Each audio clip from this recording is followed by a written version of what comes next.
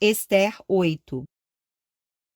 Naquele mesmo dia, o rei Xerxes deu à rainha Ester todos os bens de Amã, o inimigo dos judeus. E Mardoqueu foi trazido à presença do rei, pois Ester lhe dissera que ele era seu parente.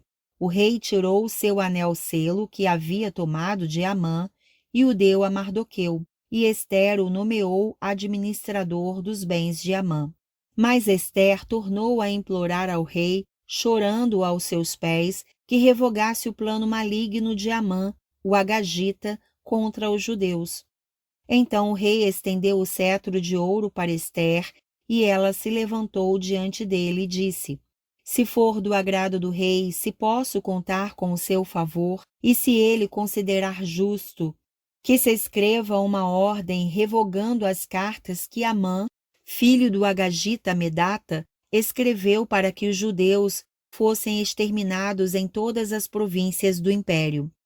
Pois como suportarei ver a desgraça que cairá sobre o meu povo?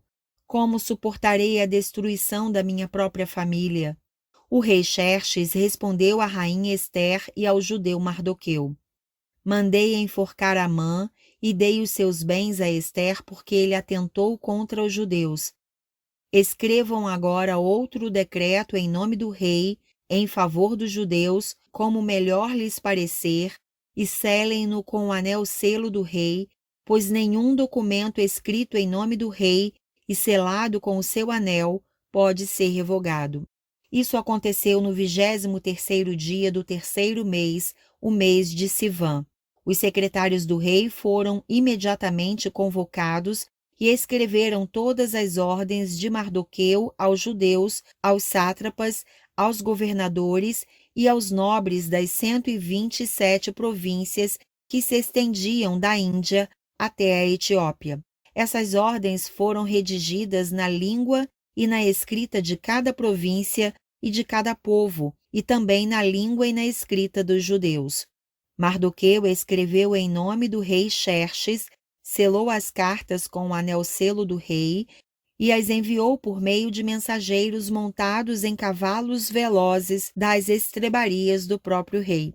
O decreto do rei concedia aos judeus de cada cidade o direito de se reunirem e de se protegerem, de destruir, matar e aniquilar qualquer força armada de qualquer povo ou província que os ameaçasse, a eles, suas mulheres e seus filhos, e o direito de saquear os bens dos seus inimigos.